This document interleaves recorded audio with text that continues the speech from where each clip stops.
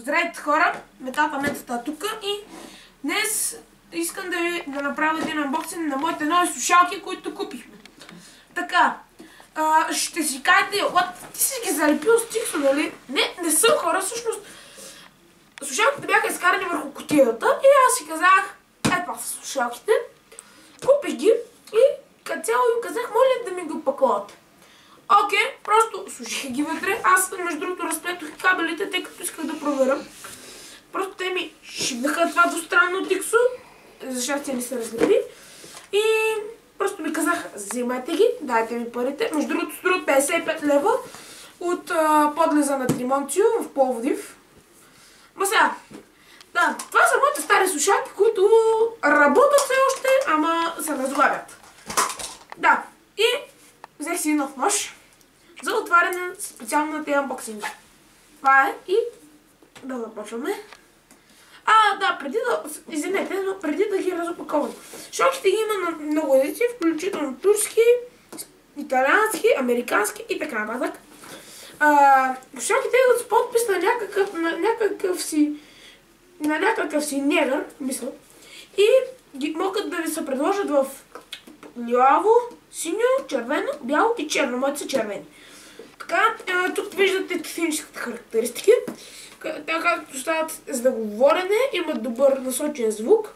Стават за лаптопи, компютри, имат вграден микрофон. Като цяло да. Друго няма какво може би да ви покажа. Освен, че да, извинете, тук малко. Да, слушалките са TM010. Стават за iPod, iPhone, iPad и за Android, така че спокойно, няма да се наложите. И отваряме. Чакайте на гола цела. Оп. Малко че. Аз резах кутията, няма нищо. Тъй като този нож е малко остричък. Нож, опа. И като цяло, доста съм пробвах ги. Оказва се, че басът им е направо зверски. Просто трябва да си ги купите, за да пробвате какъв е този бас. Просто направо... мама ти. Сега, извинете, ама... то се отвори. И сега, кутията, аз малко поразбъках, ама няма нищо. Ви знаете, даже от предишното ревю на... Така, и това е опаковката. И сега, как се отварят слушалките? Първо, аз ги джагарках сигурно половин час. И се оказа, че просто трябва да направите така. Тук имате описание, което първо може да видите, че е на английски. И да го видите и на китайски. Да, който чете китайски, да заповяда. Така, това е кутията на слушалките. Както виждате, се разгъва доста. И да, това са. После ще ги огледаме по-достойно. Така, тук имаме кабел за жаковете на тонклоните, на компютъра ви, или на лаптопа, телефон и всякакви. И това е за самите слушалки. Кабелът е червен и е доста дълъг, около 1,20 м.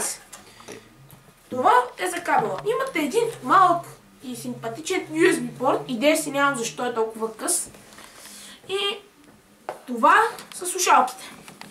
Както виждате са Beats, нещо от сорта. Beats. И да, Bluetooth слушалки. Както виждате, на мен не ги предлагаха в червено, тъй като нямах всъщност друго. Тук е USB порта. Имате жака. И различните бутони, които включват изключване и включване на Bluetooth, FM радиото или MP3 и намаляване и увеличаване на звука. Така, слушалките са с вътрешни наушници, които са доста удобни и когато включите Bluetooth, между другото, чувате Power Off, което е доста приятно. Така, тук има и сега, слушалките между другото се разгъват. Както виждате, не се разгъват кой знае колко.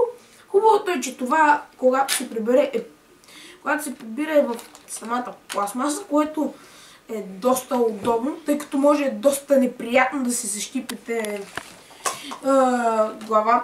косата, като ето тези, както виждате, може да се разтягат повече, но може доста добре да се защипите, особено както са с зъбци. Така, но сега да се върнем на хубавите слушалки.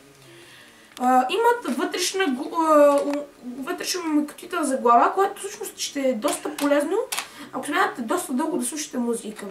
Тях ще ги добавим към моя геймсет, за който имам ревю, за мишката и за клавиатурата. Така, и това може би ще е всичко. Тук, както виждате, има да си пише какви са, що са, шалките леко се мърдат. Така, това ще е всичко от този клип. Ще се видим следващия път. Чао!